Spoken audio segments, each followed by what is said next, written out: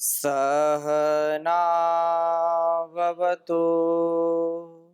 सहनौ भुनक्तु सह वीर्यं करवावहै तेजस्विनावधीतमस्तु मा विद्विषावहै। ओम शांति शांति शांति।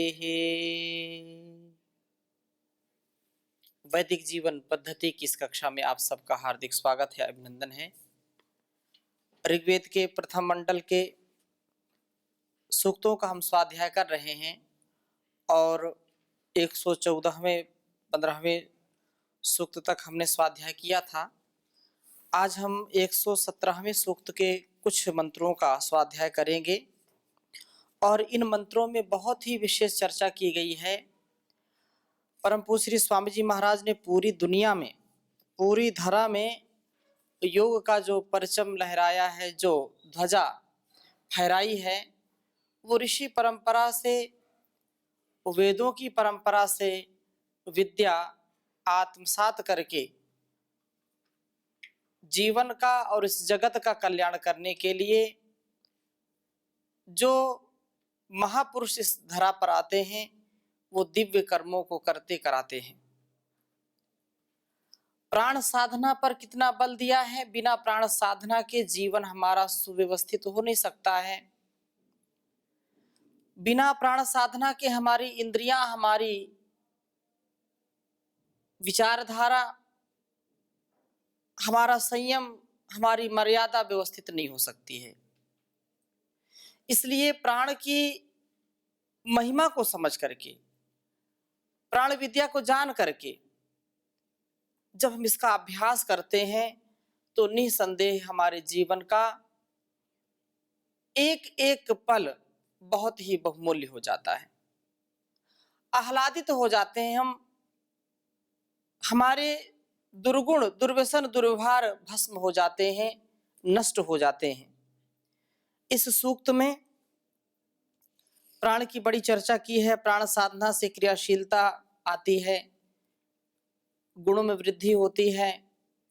प्राण साधना से गतिशीलता को उत्तम रूप प्राप्त कराती है और इंद्रिय रूपी अश्वों को शीघ्रता से कर्मों में व्याप्त करने वाला है तथा विघ्नों से तैर जाने वाला बनाती है। इस भवसागर से हम पार हो जाते हैं। तो एक बहुत ही सुंदर मंत्र आपके समक्ष रखूंगा, मैं पहले लिख देता हूं, फिर चर्चा इसकी करूंगा। 117वें सूक्त के 10वें मंत्र का स्वाध्याय करेंगे हम। ओम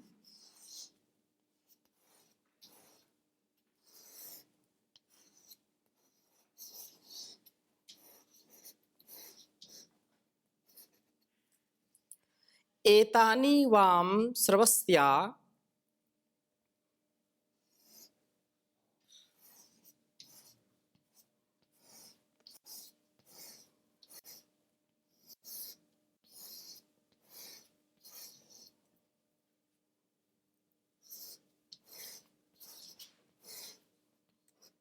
एतानि वाम सर्वस्या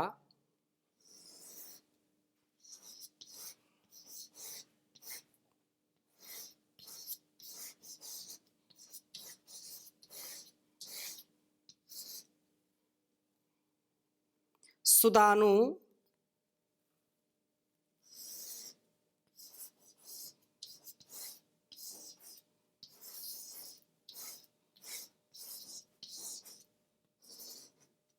सुदानु ब्रह्मांगोषम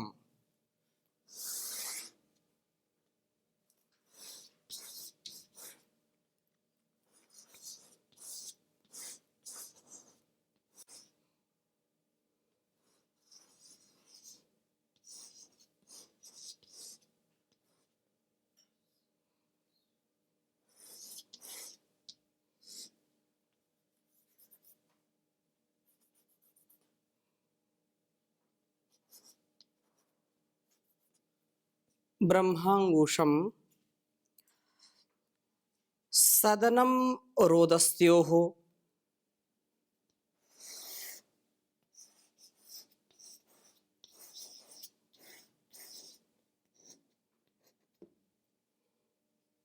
सदनम रोदस्योः।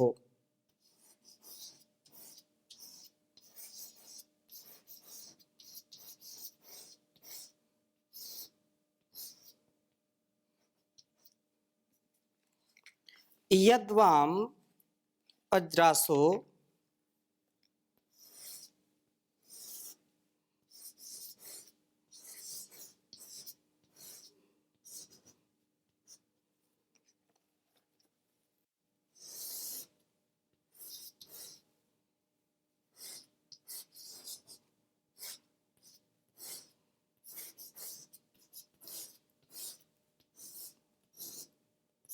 यद्वाम पज्रासो अश्विना हवन्ते।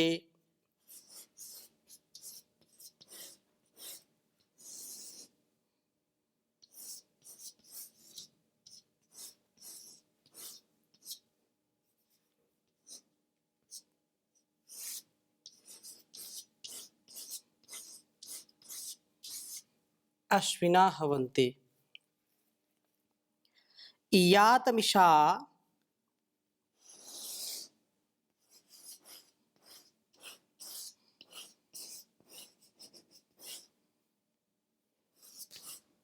यातमिषा च विदुषे च वाजम।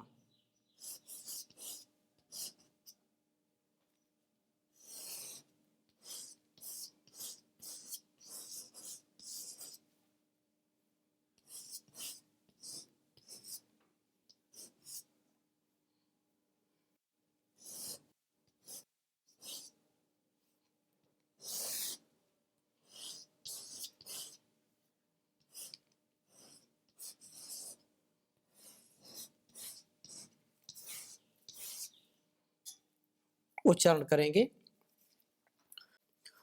ओम एतानि वाम श्रवस्त्या सुदानु ब्रह्मघोषम सदनम रोदस्यो।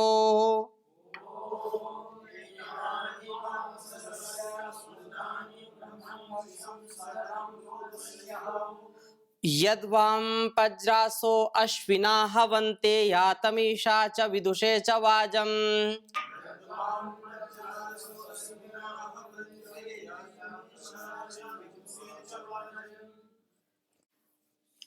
मंत्र का भावार्थ बहुत ही सुंदर है। प्राण साधना के 3 लाभ बताए हैं। कोई भी कार्य हम संसार में करते हैं, बिना लाभ के कोई एक कदम भी आगे बढ़ना नहीं चाहता है। कैसा भी व्यक्ति कर्म करता है, उसको उसमें लाभ और हानि दिखाई पड़ती है, तो हानि को छोड़ करके व्यक्ति लाभ की ओर प्रवृत्त होता है। तो प्राण साधना को हम क्यों करें, इसकी उपासना क्यों करें, प्राण विद्या को, प्राण विज्ञान को समझ करके इसका सेवन क्यों करें।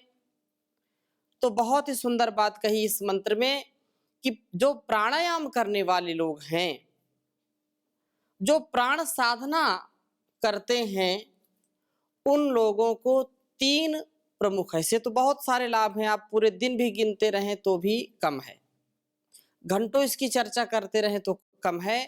परंतु इस वेद मंत्र में जो बहुत ही सार गर्भित 3 प्रमुख लाभों के विषय में बताया है, कहा कि एतानि वाम सर्वस्या सुदानु ब्रह्मागुषम सदनम रोदस्योः यद्वाम पज्रासो अश्विना हवन्ते यातमीषा च विदुषे च वाजम। हे सुदानु, अर्थात जो दा धातु है, दाप लवने दैप शोधने, तो वहां पर कहा उत्तमता से बुराइयों का खंडन और जीवन को शोभन करने वाले, शोधन हो और बुराइयों को दूर करने का काम हो, निर्मलता का आधान हो। तो अश्विना प्राण आपानो, वाम आप दोनों के एतानी ये सर्वस्याः प्रशंसनीय व कीर्तनीय कर्म हैं। प्राण और अपान के कीर्तनीय कर्म, कीर्तनीय जो कार्य हैं, प्रशंसनीय हैं। पहला है कि आपकी साधना करने वाले, इस साधना पर चलने वाले पर ब्रह्म, उस प्रभु का स्तोत्र अंगूषम, आघोषणीयम, घोषणा की योग्य होता है। अर्थात प्राणायाम के द्वारा प्राणों की साधना करने पर हमारी प्रकृति प्रवणता समाप्त होती है और हम प्रभु के प्रवण बन जाते हैं। हम में से स्वभावतः प्रभु स्तोत्रों के उच्चारण की वृत्ति जागती है और हम इन स्तोत्रों से भक्ति के, श्रद्धा के भावों से परिपूर्ण हो जाते हैं और उसका रस स्वादन करने लगते हैं। कहने का आशय क्या है कि जो प्राण साधना को जीवन में अपनाता है वो सदा आनंद में रहता है, वो सदा प्रभु की भक्ति से ओतप्रोत अपने को रखता है, वो सदा अपनी प्रकृति में जीता है। विकृति उसके जीवन में आती नहीं है। कदाचित विकृति आ भी जाती है तो वो ठहर नहीं पाती है। इसलिए प्राणायाम करने वाला व्यक्ति कभी पथभ्रष्ट नहीं होता है। जो प्रणव के जाप के साथ, ईश्वर की भक्ति के साथ प्रार्थना पूर्वक जो प्राणायाम करता है, प्राण साधना में आगे बढ़ता है, वो कभी भी विचलित नहीं होता है। संसार की कितनी भी मुसीबतें उसके सामने आकर के खड़ी हो जाएं, वह उस प्रभु को कभी भुलाता नहीं। आए संकट घने, चाहे शत्रु बने सब जमाना, उस प्रभु को कभी ना भुलाना। वो है अपना तो संसार अपना, वह है अपना तो संसार अपना। और यदि उसके प्रति हम श्रद्धा नहीं रखते हैं तो ये सारा झूठा सपना हो जाता है। संसार संकट में अपने ही छोड़ जाते हैं साथ।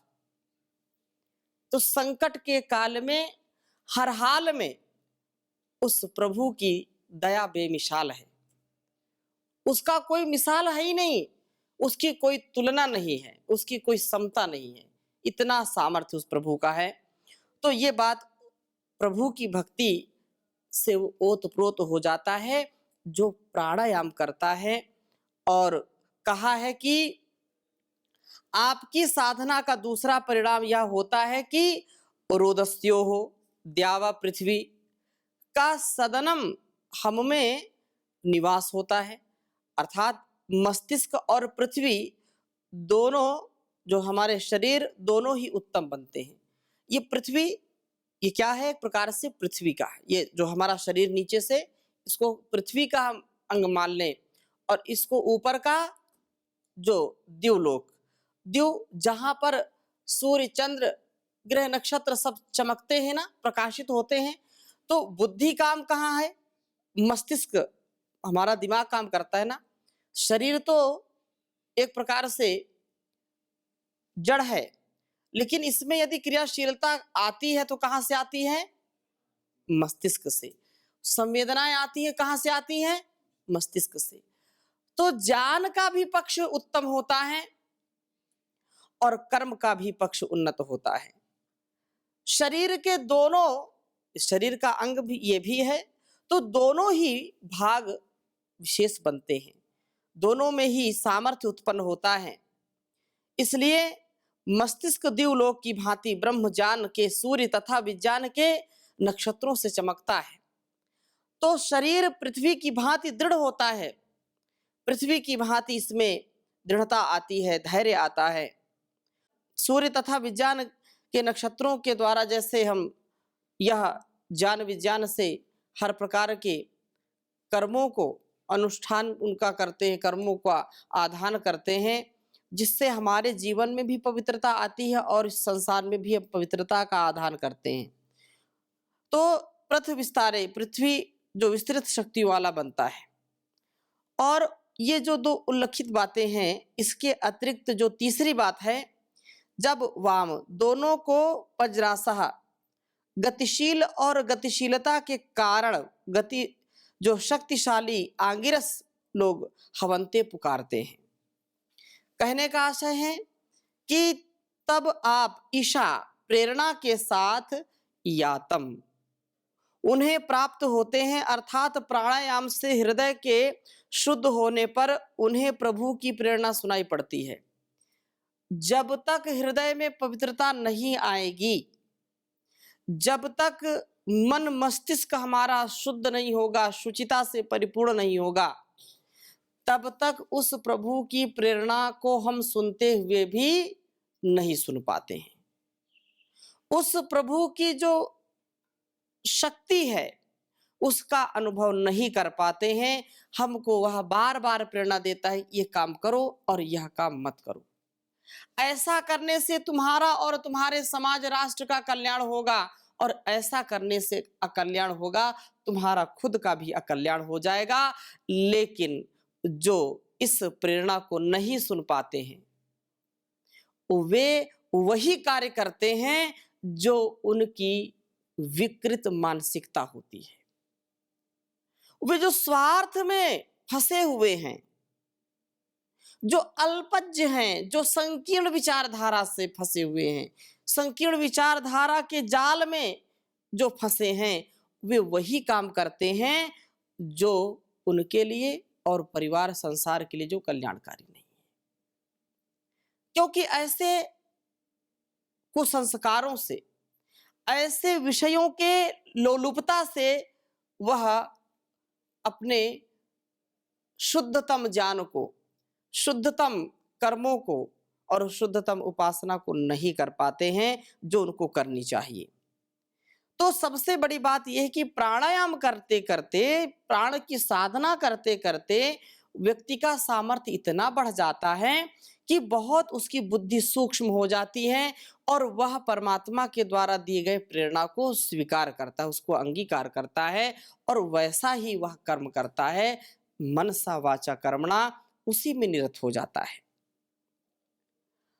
अंगिरस जो हम भवंते पुकारते हैं और आपकी प्रेरणा से, प्राण से हम सबलता को प्राप्त करते हैं और विदुषे उन ज्ञानी पुरुषों के लिए चावाजम और शक्ति को आप प्राप्त करा देते हो। प्राण आपान की साधना से जहाँ प्रभु की प्रेरणा सुनाई पड़ती है, वहाँ उस प्रेरणा को क्रिया रूप में लाने के लिए भी शक्ति प्राप्त होती है। एक ये बात है कि हम किसी विषय को, किसी ज्ञान को समझ ना पाए। उनमें से 100 विद्यार्थी एक कक्षा में बैठे हैं, यदि उदाहरण दें तो 100 विद्यार्थी एक कक्षा में बैठे हैं और अध्यापक पढ़ा रहा है, तो 100% सबको वैसी बातें समझ में नहीं आती हैं। ये तो पहली बात हुई। अब उनमें से किसी को समझ में आ भी गई तो सब के सब, माना कि 100 में से 20 को समझ में आ गई बात, जैसा पढ़ाया और वैसा ही समझ में आ गया, तो उन 100 में से 20 में भी उसका आचरण सब नहीं करते हैं। समझ में आने के बाद व्यक्ति के स्वभाव में, उसके कर्मों में वह बात ठहर जाए, वह प्रकट हो, तो बात पूरी समझ में आ गई, ऐसा समझना चाहिए। तो ये जो तीसरा लाभ है कि प्रभु की भक्ति के साथ उसकी शक्ति का अनुभव करते हैं, उसकी प्रेरणा का अनुभव करते हैं, समझ भी जाते हैं और उसको क्रिया में फिर लाते हैं। हम वैसा ही कर्म करते हैं, तो ये प्रेरणा को क्रिया रूप में लाने का काम कौन करेगा? जो प्राण साधना से अपने आप को युक्त करेगा। प्राण साधना से, योग साधना से जो अपने अंदर पवित्रता, शुचिता का आधान करता है, वही व्यक्ति उसको कर्मों में भी लाता है। तो हम इस वेद मंत्र से 3 लाभों के लिए 3 फल हैं इस प्राणायाम के। पहला फल बताया कि हम प्रभु स्तवन की प्रवृत्ति वाले बनते हैं, अर्थात प्रभु की भक्ति करते हैं, प्रभु को श्रद्धा पूर्वक मानते हैं, उसके अस्तित्व को मानते हैं। नहीं तो कितने संसार में लोग हैं वो जानते ही नहीं, न मानते हैं ईश्वर भी है, कोई परमात्मा इस संसार को चला रहा है। ऐसे कृतज्ञता से युक्त होकर के उसकी अनुभूति, उसका अनुभव करने वाले लोग बहुत कम होते हैं। ऐसा एक बहुत बड़ा समुदाय है, बहुत बड़ी एक संख्या कह लें कि जो ईश्वर को मानते ही नहीं कि ईश्वर है भी या नहीं है। वो कहते है ही नहीं, ये तो एक एक्सीडेंट हुआ, एक प्रकार से घटनाक्रम से ये पृथ्वी बन गई और ये सारा जो कार्यक्रम चल रहा है बस घटना से चल रहा है। तो प्रभु को मानना ये भी बहुत बड़ी बात है। मानने का सबसे बड़ा साधन, कृतज्ञता पूर्वक मानने का साधन, उसका अनुभव करना। वो कैसे सिद्ध होगा? वो प्राणायाम से होगा। तो हम प्रभु की स्तवन की प्रवृत्ति वाले बनते हैं, हम उसकी प्रार्थना उपासना करने लगते हैं जब हम उसको स्वीकार करते हैं। दूसरी बात क्या कही? हमारा मस्तिष्क उज्जवल, वह शरीर दृढ़ होता है। प्राणायाम करने से हमारा मन मस्तिष्क सूक्ष्म हो जाता है, सूक्ष्मता से चीजों को ग्रहण करने लगता है और शरीर भी निरोगी हो जाता है, रोग रहित हो जाता है, सबल हो जाता है, शतायु हम हो जाते हैं प्राण साधना करने से। और तीसरी बात क्या कही है? प्रभु प्रेरणा सुन पड़ती है और उस प्रेरणा को हम क्रिया रूप में भी उपस्थित करने का साधन जो प्रभु के द्वारा मिलता है उसको हम प्रस्तुत कर पाते हैं। तो ये बहुत बड़ी बात है। ऐसा हम यदि समझते हैं तो जीवन बहुत ही सुंदर बन जाता है और वह सदा प्रभु के चरणों में लगा रहता है, प्रार्थना भी करता है। ईश्वर तेरे चरणों में, ईश्वर तेरे चरणों में जीवन ये गुजर जाए, मेरे जीवन का कांटा एक पल में बदल जाए। ईश्वर तेरे चरणों में तेरे रंग में रंग जाऊं, तेरे संग मैं तर जाऊं, अहंकार विकार मेरा, अहंकार विकार मेरा पल भर में पिघल जाए, दाता तेरे सुमिरन का। मैं मेरी मिटे मेरी, बस तू ही तू होवे, मैं मेरी मिटे मेरी, बस तू ही तू होवे, तेरे ही दर्शन हो जिस ओर नजर जाए। ईश्वर तेरे चरणों में तू इष्ट बने मेरा, मैं तेरा पुजारी बनूं, आशीष मिले ऐसी बिगड़ी ही संवर जाए। ईश्वर तेरे चरणों में तेरे नाम की मस्ती में मैं झूम उठूं भगवन, आनंद का स्रोत मेरे प्राणों में भर जाए। ईश्वर तेरे चरणों में तेरे पथ पे चलूं हरदम, तुझे याद किए जाऊं, प्रभु शरणाश्रित बनकर प्रभु शरणाश्रित बनकर तकदीर बदल जाए, ईश्वर तेरे चरणों में जीवन ये गुजर जाए, जीवन ये गुजर जाए। तो इन्हीं शुभकामनाओं के साथ आज की कक्षा को यहीं पर विराम देते हैं। शेष चर्चा अगली कक्षा में करेंगे। ओम शांति शांति शांति।